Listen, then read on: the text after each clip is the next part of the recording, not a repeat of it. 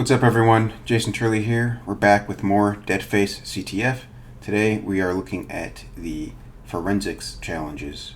Starting off with First Strike. Let's click on it and read it. There was a cyber attack on ESU's website on July 27th. ESU IT staff collected data from the attack and need your help sifting through it.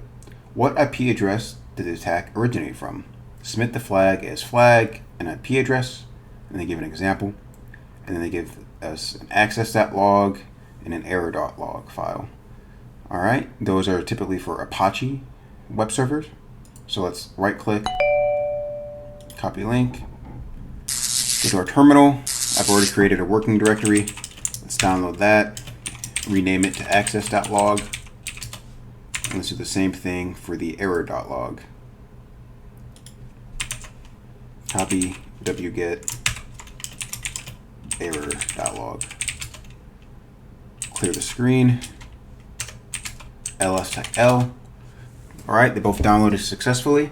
It wants to know what IP address the attack originated from. So the best place to look for that is the error.log, because those are all the failed connections.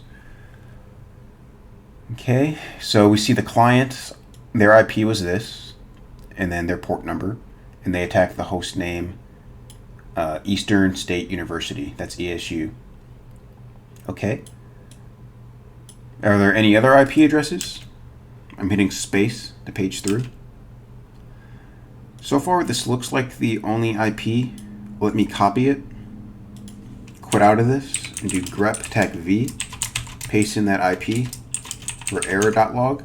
So print everything that does not have this IP address on that line. And it's empty. There's no result, meaning this is the only IP in that file. So when it says what IP address attacked them, let's get our flag syntax in there. Bam. And it says I've already solved this challenge. Nice. Let's move on to Toolbox, the next one. What tool was used when the attack started at 2022-07-27 at 14:13 UTC time? Submit the flag as flag tool. Okay. For that, let's open up the access.log. These were the other connections. Okay, right off the bat, we see nmap.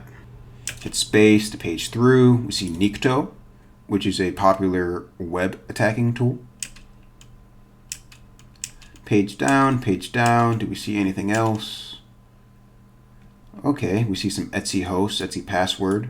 They failed because we see 404.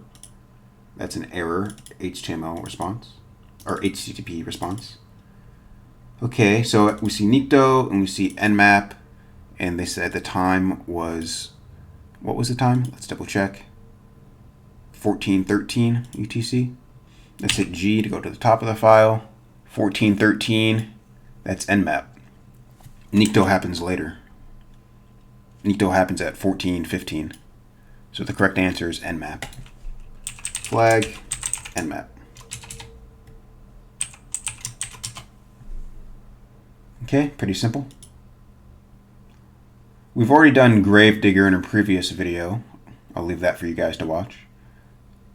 Agents of Chaos, is this one related? What is the first user agent of the second scanning tool used by the attacker? Okay, so we saw before that Nikto is the second tool, and they want the user agent string. The user agent is kind of like a fingerprint that tells you where the connection came from. So Mozilla, like Firefox, and then Nikto. So this. I don't know if it wants the quotes or not. Let me just grab it without the quotes. Copy this. Go back over here. And we can slam that in. Nice. Iterations. What is the name of the tool that likely resulted in DEADFACE acquiring login credentials to the website? Okay, we can just continue to hit spacebar and page through all of this. However, let's do it a more nifty way. So let's reread the question. It wants us to know what tool likely resulted in DEADFACE acquiring login credentials. Okay, so there's a few ways we can do this. If they're trying to log in, they're probably brute forcing the website. We saw a lot of GET requests, right? Getting, that's trying to download something. They want to access a certain file location, a certain path. But for brute force attacks, you're going to use a different HTTP header. You're going to use post. So let's grep for all post commands. All right, post, and we see login PHP. So that's probably where the administrator or different users access the system. And we see the tool in the user agent string, Hydra. Hydra is a very popular remote brute forcing tool. Flag, Hydra. Slam that in. Last but not least, submission. What artifact did DEADFACE place onto ESU's website to gain access to the file system? Okay, so this is probably after they logged in. So in my grep for the post command, we see Hydra, but we also see this. We see login.php 302, so it redirected them to this website. We see a post for file upload, and it redirected them, again, 302, to this website, upload.php. So they uploaded something called info.php, and that has 200, so that's successful.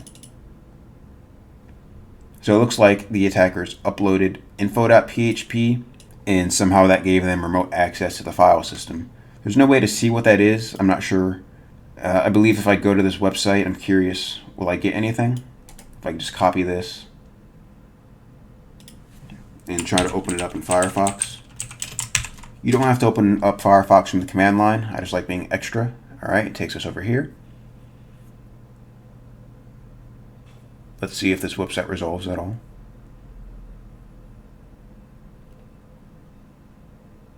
Okay, while that loads, let's see if I can do this. No, it doesn't look like these are actual host names. Whatever. All right, the flag for this is flag info.php. All right, boys and girls, that's how I solved all the first strike forensic challenges. Let me know in the comments below if you found a different way to do it. As always, take it easy and see you guys in the next video.